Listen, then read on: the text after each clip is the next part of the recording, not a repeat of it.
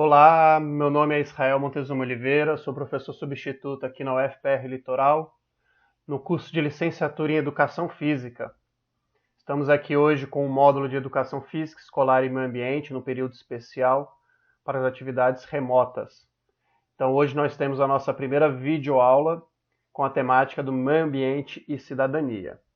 A gente vai dividir em 3 partes. No primeiro momento, onde vai ser abordado um pouco sobre a parte conceitual do meio ambiente e suas diferentes visões e a sua relação com a sociedade. No segundo momento, vai ser falado um pouquinho sobre a história do pensamento econômico, a história econômica geral e um pouco sobre política pública. E por último, a gente vai falar um pouco sobre os índices e os indicadores para a percepção da cidadania e apresentar algumas alternativas que foram construídas pelo mundo e aqui pelo Brasil. Então, vamos iniciar aqui nossas atividades.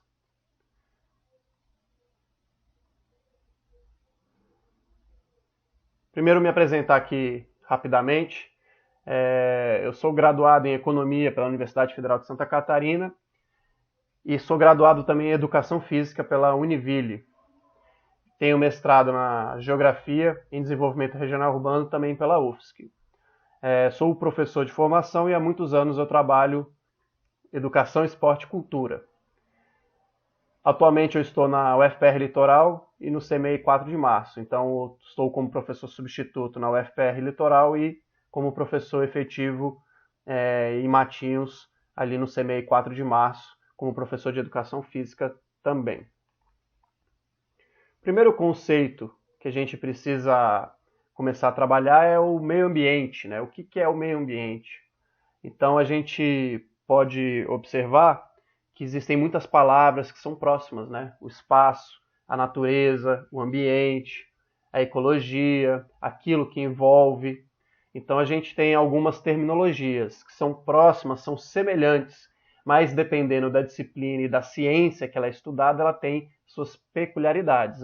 Nós iremos tratar aqui como palavras sinônimas. Então você pode observar que existe aquele espaço um pouco mais preservado, com pouca atuação, intervenção humana, e existe aquele outro espaço com uma intervenção humana mais efetiva, com uma atividade econômica e uma transformação desse espaço. Então, de um lado, a gente tem um ambiente de natureza mais primária e no outro, o que a gente pode chamar de segunda natureza, que a gente vai observar daqui a pouquinho. E o que acontece com o desenvolvimento, esse avanço das atividades econômicas e da urbanização? A gente tem esse espaço transformado, o que a gente chama de espaço urbano, e a gente vai discutir um pouquinho mais para frente. Aqui na foto a gente tem Florianópolis, uma cidade que já é uma cidade grande, a capital de Santa Catarina, e que já tem um processo mais avançado de urbanização. A primeira coisa que é importante a gente entender é compreender que a discussão e o conceito de meio ambiente ele vai passar por várias disciplinas e por várias faculdades e vários cursos, né? Então a gente tem algumas óticas. A nossa disciplina aqui, o nosso módulo, vai ser abordado por 3 óticas. A primeira, a da geografia, que é a principal justamente pela minha formação, com uma ótica que a gente pode chamar de teoria e método. O que é teoria e método? É a forma como a gente observa, cria as ideias e estrutura uma possibilidade, uma perspectiva de uma pesquisa. Então, é a estrutura de teoria e método. O Milton Santos, com a Sociedade Espaço, a formação socioespacial como teoria e método.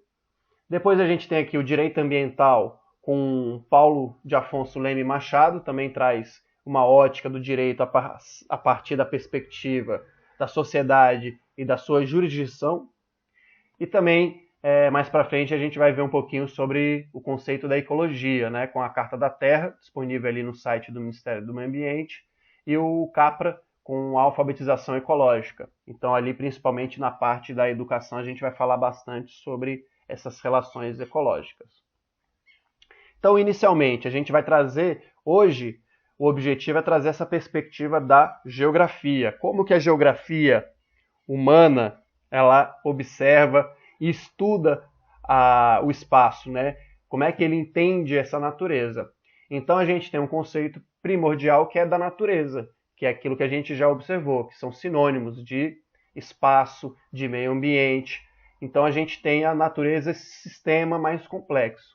E existe uma segunda natureza, que a gente vai denominar de espaço urbano, de uma natureza urbana, que é quando você tem uma atividade econômica que transforma aquele espaço que era de uma certa estrutura e transforma ele em uma outra estrutura a partir de uma intervenção humana e econômica.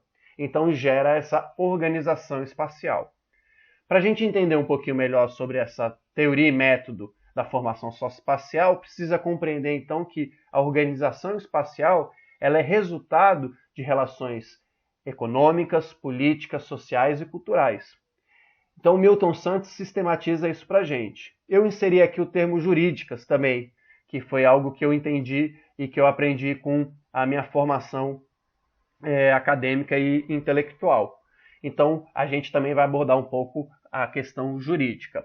E o processo histórico, que é o que vai determinar essa construção. Então, a teoria e método da formação socioespacial parte desse processo histórico de construção dessas relações de produção, né, dessas relações econômicas, políticas, sociais e culturais.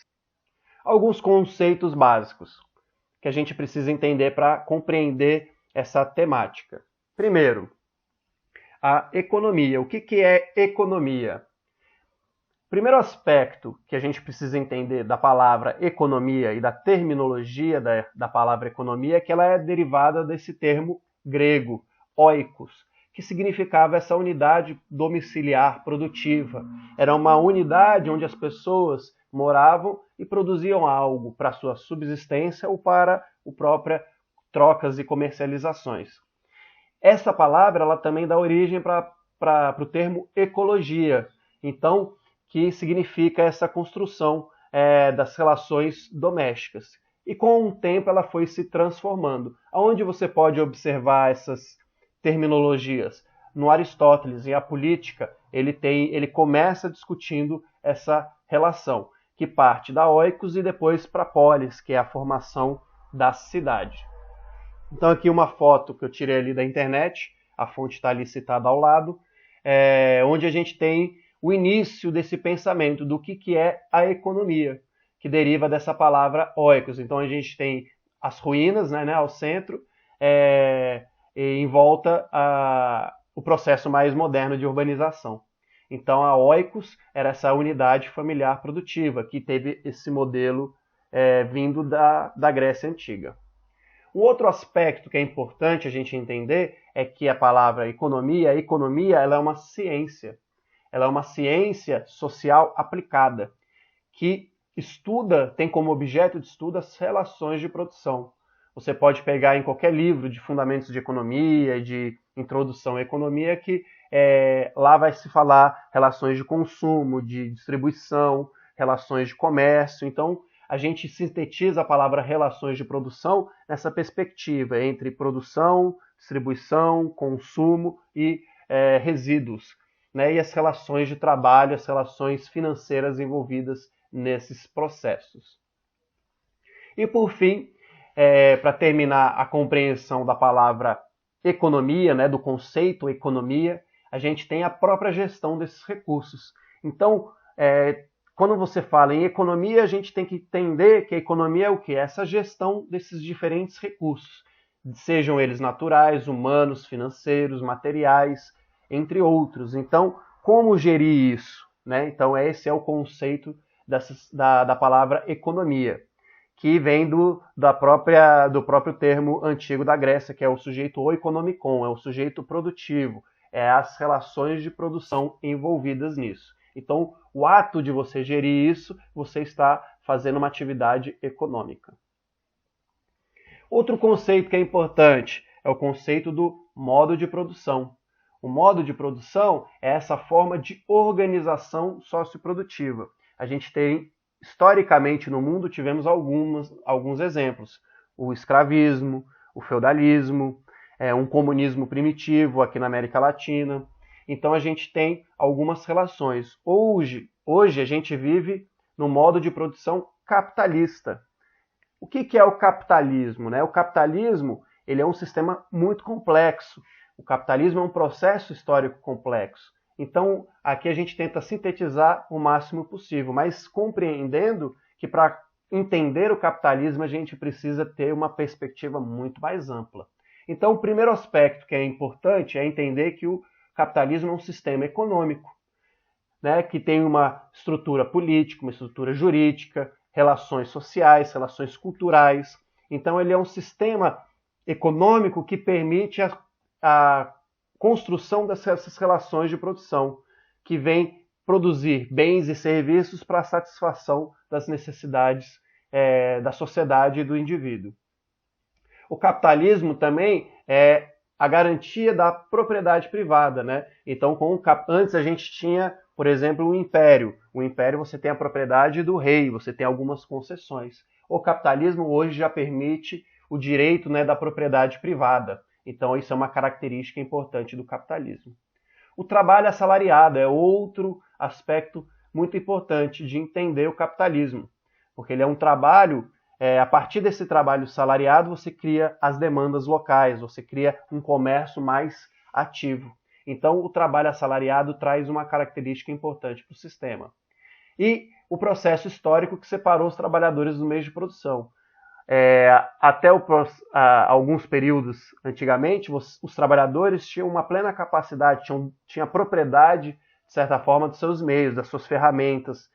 E hoje a gente tem o que? Esse processo de separação, onde a gente vai ter capitalistas e trabalhadores.